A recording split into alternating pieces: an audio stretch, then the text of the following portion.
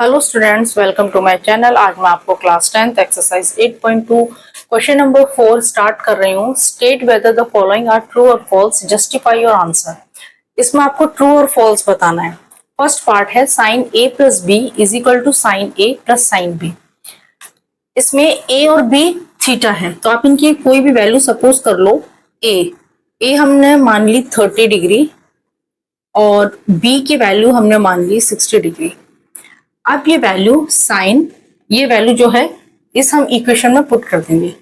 Sign ए की जगह हमने पुट किया 30 और बी की जगह हमने 60 डिग्री रखा, इज इक्वल टू साइन ए क्या है 30 है आपका, प्लस साइन बी जो है वो है आपका 60 degree.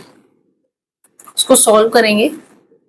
Sign 30 plus 60 90 degree is equal to sine 30 की वैल्यू होती है जो आपकी ट्रिग्नोमेट्री की जो टेबल है, अगर आप उसमें देखेंगे तो साइन 30 की वैल्यू है 1/2 और साइन 60 की वैल्यू होती है √3/2।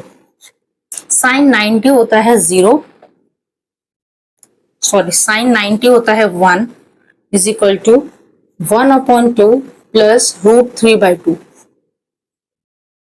अब आप देखो ये जो वैल्यू है इसको अगर आप सॉल्व भी करेंगे तो ये आएगा 1 प्लस √3/2।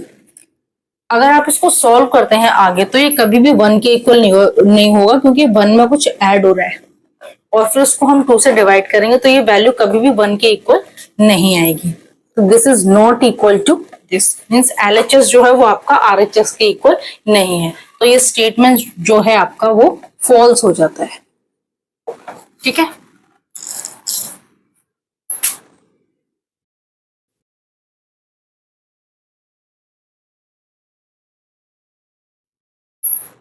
सेकेंड पार्ट है इसका, the value of sine theta increases as theta increases.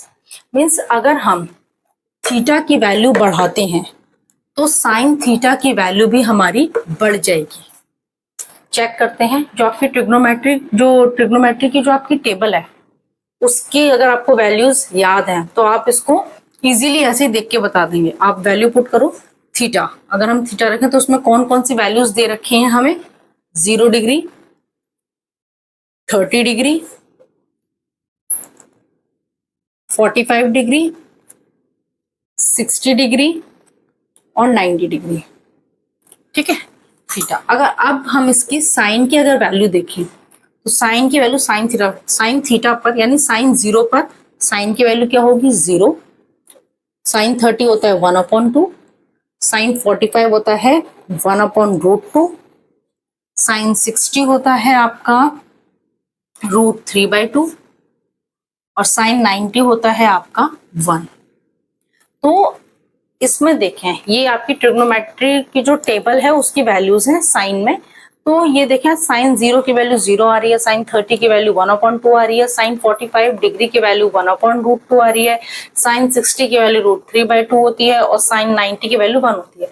यानी हम यहाँ पे थीटा इंक्रीज कर रहे हैं तो हमारी वैल्यूज भी इंक्रीज हो रही है। हमने थीटा को 0 से 90 डिग्री तक बढ़ाया तो हमारी वैल्यूज भी 0 से 1 हो गई। तो ये जो स्टेटमेंट है बिल्कुल सही है। The value of sine theta increases as theta increases. जैसे जैसे हम थीटा को बढ़ाएंगे तो हमारी साइन की वैल्यू जो होंगी वो बढ़ती जाएंगी। तो स्टेटमेंट इज ट्रू।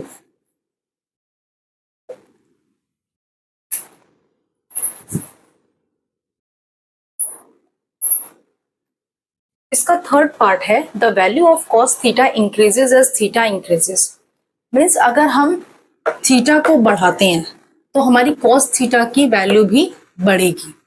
अब इसमें हम जो आपकी ट्रिग्नोमेट्रिक टेबल है अगर आप उसमें चेक करें तो थीटा की जो वैल्यूज हैं, थीटा 0, 30, 45, 60, 90 पे कॉस की जो वैल्यूज आती हैं 1, कॉस 0 पे 1, कॉस 30 पे √3/2, कॉस 45 पे 1/√2, कॉस 60 पे 1/2 और कॉस 90 पे हमारी 0 आती है।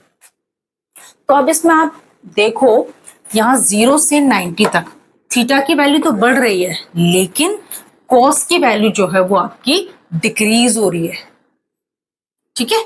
ये वैल्यू जो है ये वैल्यू आपकी डिक्रीज हो रही है और ये वैल्यू आपकी इंक्रीज हो रही है। यानी अगर आप थीटा की वैल्यू बढ़ाते हैं तो आपकी कॉस की वैल्यू जो है वो कम होती जाती है। तो ये जो है स्टेटमेंट यहाँ पे फॉल्स हो जाता है। ठीक है। फोर्थ पार्ट है sine theta is equal to cos theta for all values of theta. Means sine theta की जो वैल्यू है वो कॉस थीटा के इक्वल होगी थीटा की किसी भी वैल्यू के लिए। मगर इसका मतलब ये है कि अगर हम थीटा की कोई भी वैल्यू पुट करें तो हमारा साइन थीटा जो है वो कॉस थीटा के इक्वल आएगा।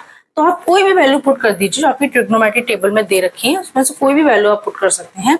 जैसे अगर आप थीटा को यहाँ पे सपोज करो आपने 0 ले लिया, थीटा अगर आप 0 लेते हो तो in that case sine 0 is equal to 0 and cos 0 जो वैल्यू आएगी कॉस 0 की वो 1 आएगी।